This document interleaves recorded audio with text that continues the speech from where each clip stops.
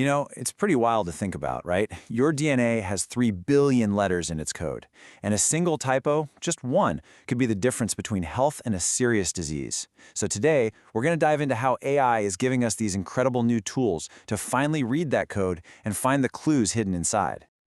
Okay, so that really is the million-dollar question.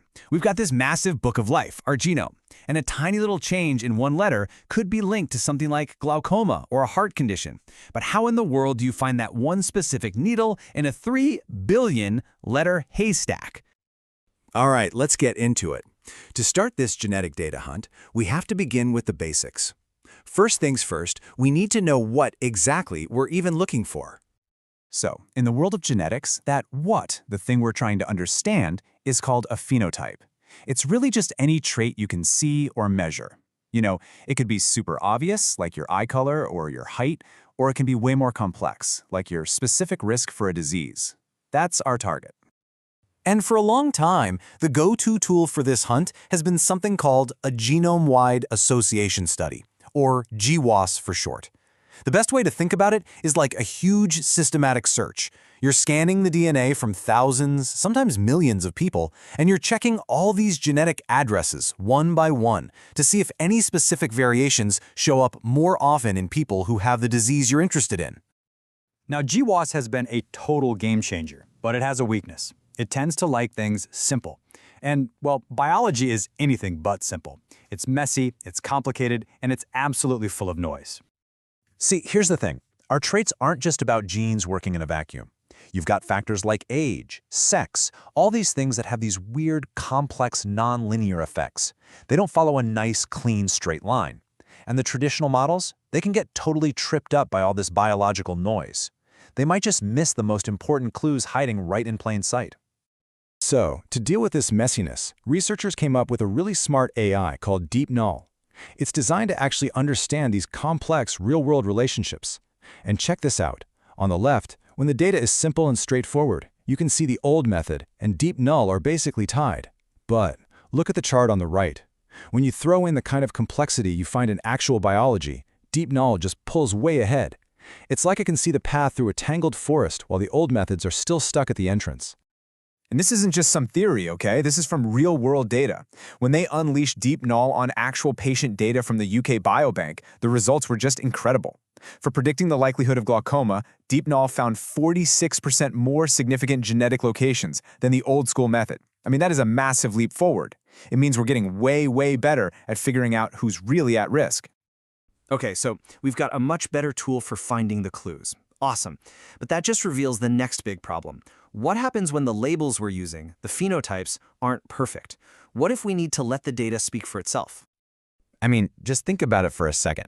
Labeling someone as either has the disease or doesn't have the disease is, well, it's pretty crude, right? Biology is almost always a spectrum. Plus, how are you ever going to get a doctor to sit down and create detailed labels for 1 million people? You can't. It's a massive bottleneck. And this is where AI phenotyping just completely changes the game. Instead of those clunky yes or no labels, we can just feed the AI the raw data itself, like here's a detailed scan of an optic nerve or a lung function curve. The model then learns all the important patterns on its own and spits out this super precise, scalable score. So now you get a much richer picture, and you can do it automatically for millions of people. Problem solved. But okay, what if we could take it even one step further? This is where a technique called Reglet comes in, and it uses something called unsupervised learning. This is wild. It means you don't give the AI any labels, not a single one. You just hand it the raw data, say a bunch of lung function tests, and it just figures it out. It finds the important patterns all by itself. It's literally like giving the AI a flashlight and telling it, go explore this dark room and tell us what you find. Okay, so we've taught our AI to look at one type of data with superhuman precision. That's cool, but think about how we understand the world. We combine our senses, right? What if we could teach an AI to do the same? Right? So looking at just one data type, that's called unimodal. It's like trying to understand an orchestra by only listening to the violins. You get part of the story, but you're missing the whole symphony. The new approach, called multimodal, is about hearing everything at once. And a new method, Emrigal, does exactly that. It listens to all the instruments at the same time to find harmonies, these connections that are completely invisible when you're just focused on one section. And wow, just look at the result. This is a Manhattan plot, and it basically shows us all the genetic discoveries MREGL made when it looked at 12 different heart readings, ECG leads, all at once. Every single one of those giant peaks shooting up past that red line, that's a potential new genetic discovery for heart health. By putting all the data together, it's finding stuff that was just impossible to see before.